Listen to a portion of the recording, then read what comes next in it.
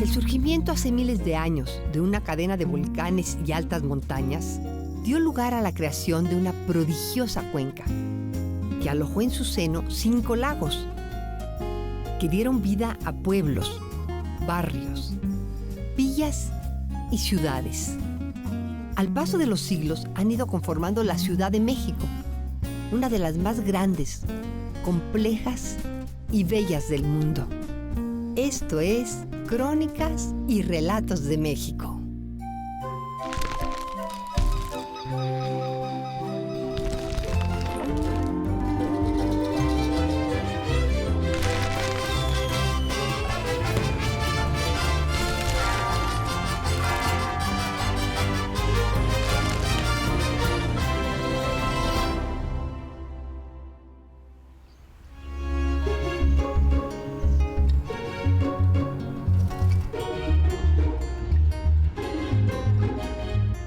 ¿Qué tal? Soy Ángeles González Gamio. Bienvenidos a Crónicas y Relatos de México. Hoy vamos a visitar algunas de las plazas más antiguas de la Ciudad de México. Estamos en el Centro Histórico, en la Delegación Cuauhtémoc. Acompáñenme. Estamos en la esquina de República El Salvador y Pino Suárez, en la que en el siglo XVI se conoció como Plaza de la Paja. Esto era porque aquí venían a vender loza personas de pueblos de los alrededores y de la propia ciudad, y cuando terminaba la venta, pues todo esto quedaba lleno de paja. Aquí en este lugar fue precisamente donde se encontraron por vez primera Hernán Cortés y el emperador Moctezuma. Unos años más tarde, después de la conquista, Cortés manda erigir un hospital y templo bajo la advocación de la Inmaculada Concepción. En el siglo XVII les donaron una imagen de Jesús de Nazareno que resultó muy milagrosa. A raíz de entonces, al hospital y al templo, la gente le empezó a llamar el Hospital de Jesús. Por esa razón, a la plaza la nombraron Plaza de Jesús. Actualmente lleva el nombre de licenciado Francisco Primo de Verdad. Él era un abogado, síndico del Ayuntamiento de la Ciudad de México, que en 1808, cuando empezaban todas las discusiones acerca de la independencia, él apoyó que el poder regresara a los ayuntamientos. Por esa razón, fue a dar a la cárcel, en unas cárceles que estaban ahí junto al arzobispado, en donde murió a los pocos días misteriosamente. Y ahora esta plaza le rinde un homenaje. En este templo de Jesús se encuentran los restos de Hernán Cortés, que por muchos años no se supo dónde estaban. Les cuento un chismito que después de la independencia, que había un sentimiento antiespañol muy fuerte, un día una turba que estaban festejando la independencia decidieron venir al Hospital de Jesús para sacar los restos de Cortés y destruirlos. Don Lucas Alamán se enteró de ello y se adelantó, los sacó rápidamente y los escondió a un lado. Pero esto hizo que por décadas no se supiera dónde estaban. Se hablaba que los habían llevado a España, muchas historias. Hasta que finalmente se encontró un documento que decía que los había movido del lugar. Ya en el siglo XX se hizo la búsqueda y efectivamente se encontraron los restos de Hernán Cortés y ahora tienen ahí su placa a un lado del altar. Pero el plato fuerte de este lugar son unos murales de José Clemente Orozco que decoran la bóveda del coro. Maravillosos. Los tituló Apocalipsis. Es una obra muy fuerte. Se dice que fue su obra más personal y desgraciadamente quedó inconclusa. Y ahora quiero que me acompañen para ver el interior del Hospital de Jesús. Van a ver qué cosas guarda. Seguramente cuando ingresamos por esos túneles en medio de un edificio funcionalista con sus toques neocoloniales de los años 40 del siglo XX, no se imaginaron que íbamos a entrar a este prodigio del lugar. Es el interior del Hospital de Jesús. Imagínense que este hospital se fundó en 1524, 3 años después de la conquista. Dice Hernán Cortés en su testamento que lo manda a hacer para agradecerle a Dios todas las mercedes que le concedió durante la conquista de México, y también dice para descargo de alguna culpa que pudiera haber en mi conciencia. El hecho es que él establece en su testamento que el hospital va a estar siempre presidido por un patronato formado por sus descendientes. Increíblemente, esto se logró a lo largo de 400 años, hasta el año de 1932, en que ya no había ningún descendiente Cortés en México y ya se integró con eminentes médicos mexicanos que lo dirigen hasta la fecha. Y fíjense que ya en los años 40 del siglo XX, pues era insuficiente el cupo y para las necesidades modernas de quirófanos y demás. Entonces se le encargó al arquitecto José Villagrán García, quien fue uno de los grandes impulsores del funcionalismo en México, que le hicieron una ampliación.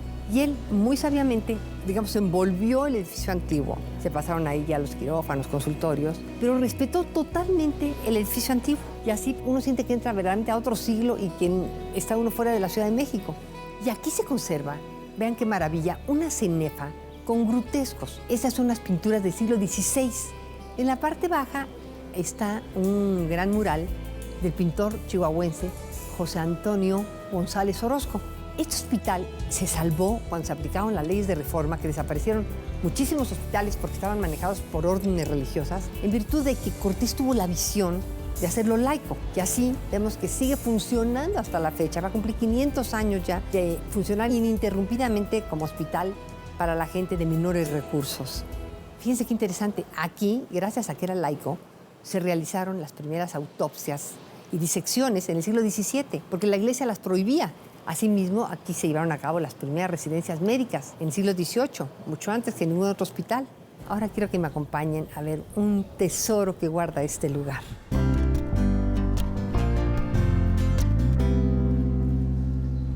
Para conocer unos tesoros que alberga este lugar, vamos a platicar con el presidente del patronato del Hospital de Jesús, el doctor Julián Gascón. Me da mucho gusto saludarla. Muchas gracias, doctor. Oye, pues, por favor, platíquele a nuestro público en dónde nos encontramos. La oficina del patronato del Hospital de Jesús, fundado en 1524 por el conquistador de México, Hernán Cortés.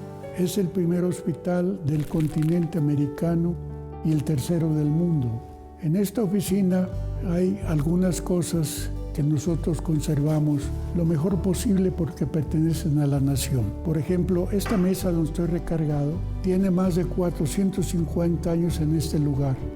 Aquí estuvieron los restos de Hernán Cortés cuando se exhumaron, cuidados por el patronato. Tienen ustedes al fondo la Virgen de la Purísima Concepción, es de 1605. Bellísimo. Se dice que fue donada por los reyes de España al hospital. No está comprobado. Después de ese cuadro está el de Hernán Cortés. Está con traje de media gala. Es el que hizo este Hospital de Jesús, construyó el Hospital de Jesús. Es el que dijo cómo debería y quería que funcionara el Hospital de Jesús, que fuera un hospital para gente pobre.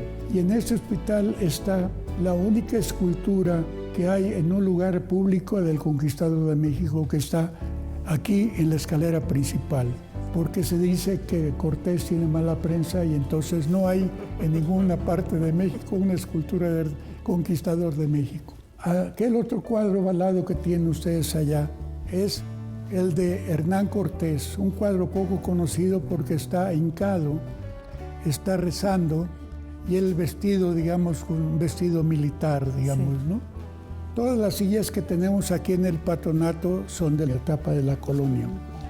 Lo que van a admirar son octaedros de maderas preciosas en el artesonado, de tipo mudéjar. Tiene en el fondo una roseta cubierta de oro y la cruz de Malta también cubierta de oro. Este es el único artesanado de esta dimensión que existe en México. Todos los demás han desaparecido. Se hizo por un orfebre español en 1578. Estas son las cosas importantes que tenemos en la oficina del patronato del Hospital de Jesús. Doctor, pues ha estado fascinante todo lo que nos ha platicado. Muchísimas gracias que nos ha Muchas contado. gracias a ustedes. Pues nosotros seguimos en Crónicas y Relatos de México.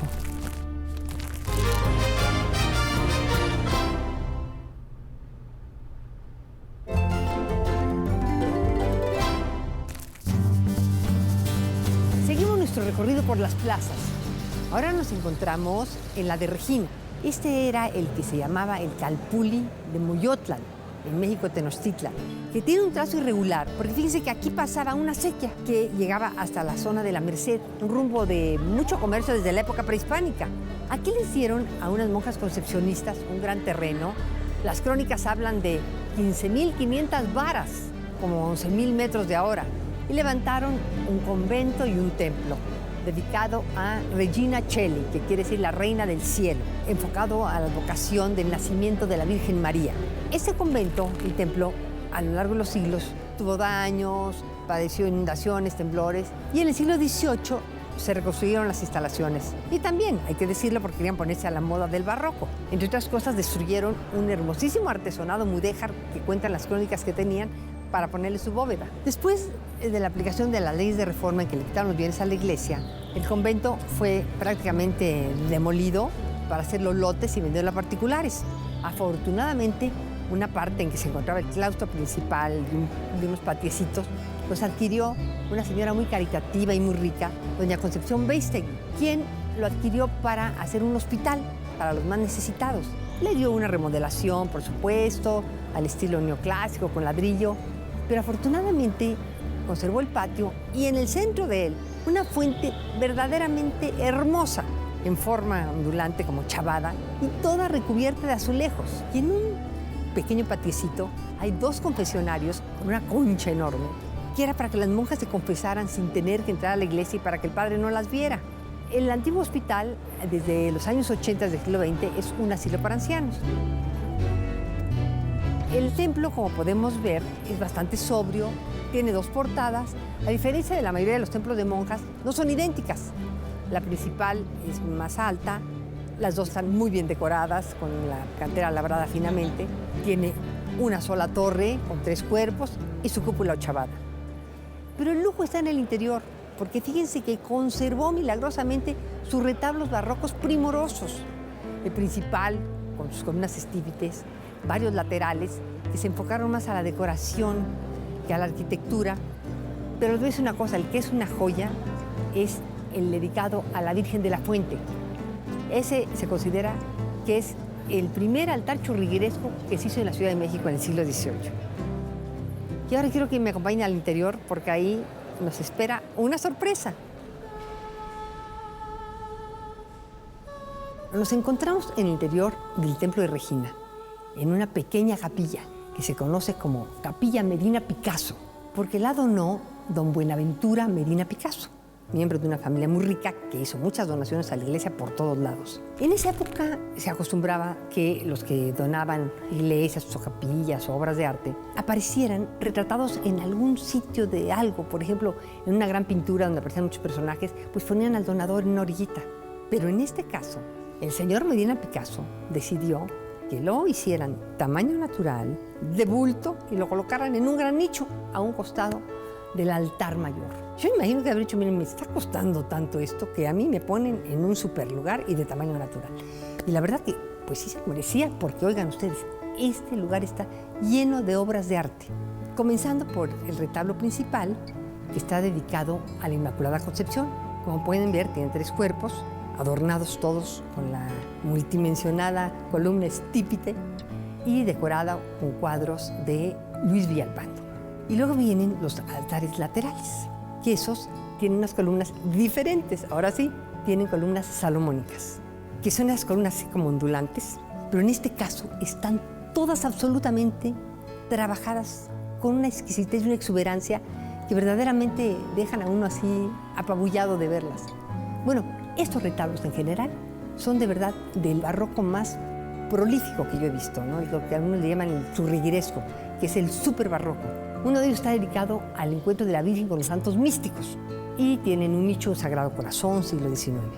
Pero el otro está dedicado al Calvario y está decorado con unas magníficas pinturas de Nicolás Rodríguez Suárez, otro de los grandes pintores virreinales.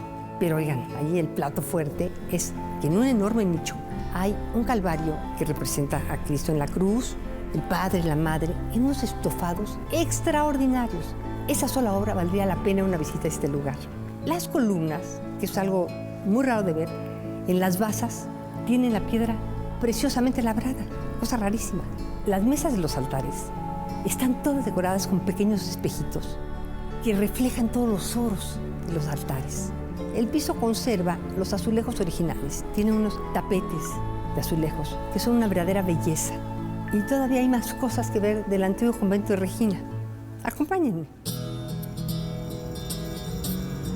Esta hermosa construcción en un purísimo estilo neoclásico era parte del convento de Regina. Ustedes se preguntarán que por qué en ese convento que era tan barroco, como acabamos de ver, tenía una construcción neoclásica. Resulta que esto lo mandó a construir una mujer extremadamente rica, doña María Antonia Josefa Rodríguez de Pedroso y Soria, marquesa de Selva Nevada. Cuando enviudó, quiso ingresar de monja aquí al convento de Regina y pidió autorización a las religiosas que le permitieran mandar a hacer su propia celda. Y contrató ni más ni menos que a Manuel Tolsá, que construyó el Palacio de Minería y la escultura ecuestre del caballito, ni más ni menos. Como podemos ver, es muy sencilla, pero elegantísima, con 2 columnas toscanas que flanquean la gran puerta de hierro y en la parte inferior una escalinata muy al estilo de Tolsá. A los lados le hizo 2 crujías que cierran el espacio como una especie de U, también con sus escalinatas, en donde estaba su numerosa servidumbre. Desde hace 5 años, este sitio alberga el restaurante escuela de la Universidad del Claustro de Sor Juana, que fue de las pioneras en la carrera de gastronomía y ha formado excelentes chefs a lo largo de los años. Y ahora aquí vienen a hacer sus prácticas, claro, dirigidos por sus maestros, y se puede comer una comida deliciosa. Eso nos da la oportunidad de disfrutar este lugar tanto en su arquitectura como en su gastronomía. Pero nosotros seguimos en Crónicas y Relatos de México.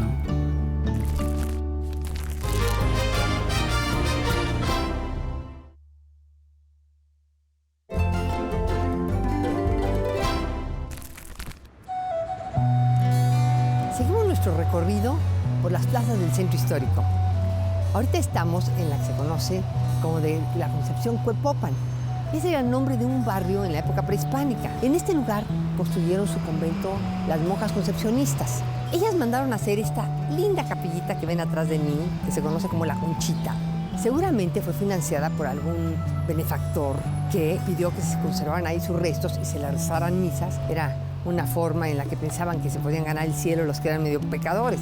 Esta lindura, fíjense ustedes que después de las leyes de exclaustración, la capillita quedó en el abandono un tiempo. Después se instaló aquí una capilla para velar indigentes, por lo que se le conoció como Capilla de los Muertos. Años más tarde fue otra vez clausurada y estuvo a punto de ser demolida en 2 ocasiones. A fines del siglo XIX la salvó el ingeniero Mateo Plau, quien hizo muchas obras en la ciudad. Y en 1908 fue don Justo Sierra el que impidió su demolición. Como podemos ver, es en forma hexagonal. Está, como tantas cosas aquí del centro, muy ladeada, pero no se cae.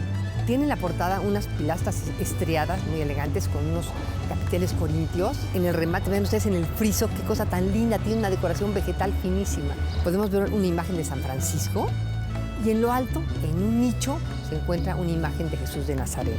La capillita ahora está cerrada nuevamente. Hace unos años el fideicomiso del centro histórico le dio una remozadita, pero nuevamente, como podemos ver, ya le crecieron las plantas en la cúpula, cosa que urge quitarle.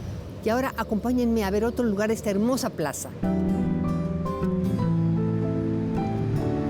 Fray Juan de Zumárraga, el primer arzobispo de México, fue un hombre muy visionario. Fíjense que él mandó traer la primera imprenta que hubo en América para hacer catecismos en lenguas indígenas. Él también tuvo la idea de que vinieran monjas a la Nueva España para evangelizar a las niñas y también para que hubiera algún refugio fuera de la familia para mujeres maltratadas o para mujeres abandonadas.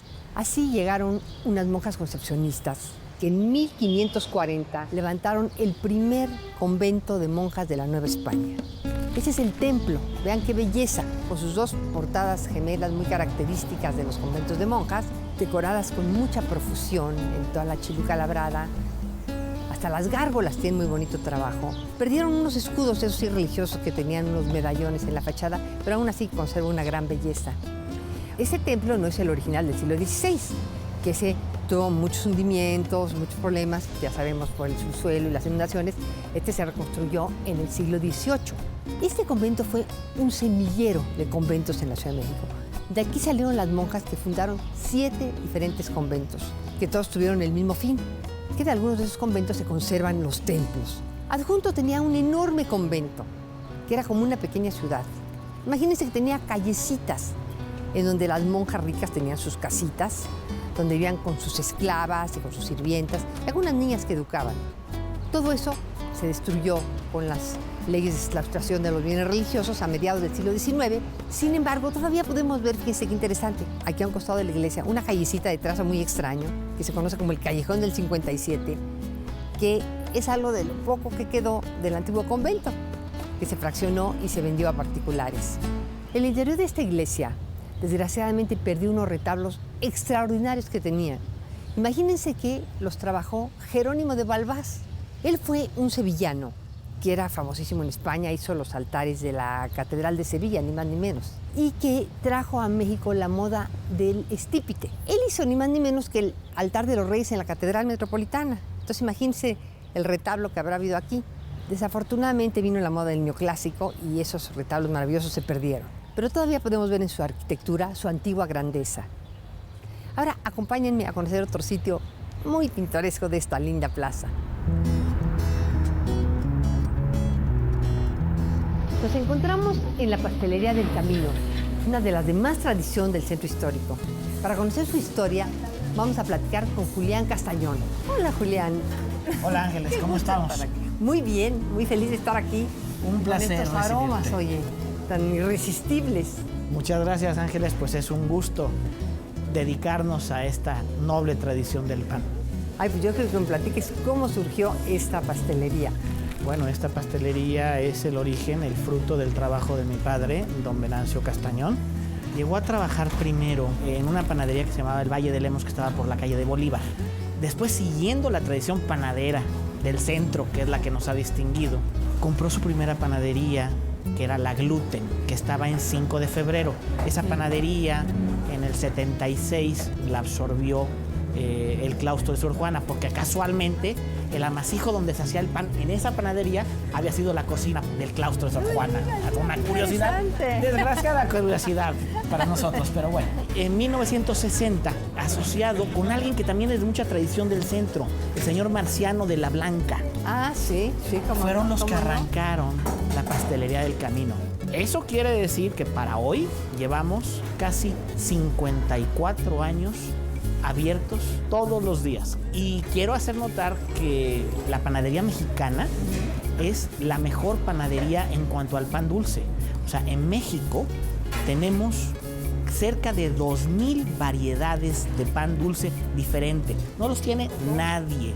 O sea, en cualquier país tienen 6, 8, 10, 12. Ahí tenemos 2,000. Sí, fíjate que me encanta que inclusive tienes letreritos con los nombres en muchas de las charolas, lo cual es maravilloso para que no se olviden esos nombres. Son muy bonitos y tienen una tradición muy antigua. El beso, el abanico, el alebrije, la concha, la hojaldra, el cuerno. El origen de la gran variedad del pan dulce mexicano está en el mismo centro histórico de la ciudad, porque aquí arranca el procedimiento cuando están construyendo la Catedral Metropolitana. Es una cosa muy curiosa. Y el estuco con el que se hacía la catedral tenía entre sus ingredientes clara de huevo.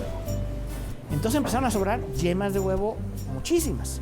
Estas yemas, en el centro histórico, en la época colonial, había muchísimos conventos. Estaba lleno de conventos. Entonces los empiezan a donar o dar, no sé, a las monjas.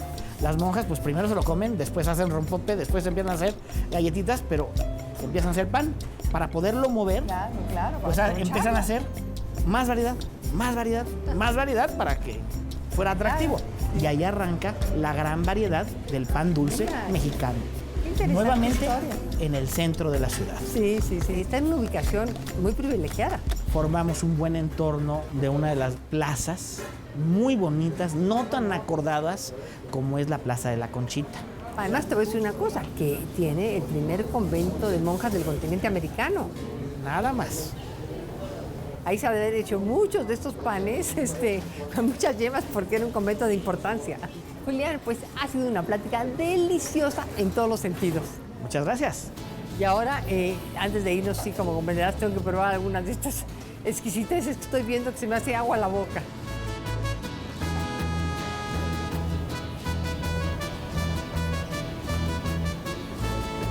Así terminamos nuestro paseo por las plazas del centro histórico en Crónicas y Relatos de México. Hay mucho más que ver. Abramos los ojos. Estas son nuestras verdaderas riquezas.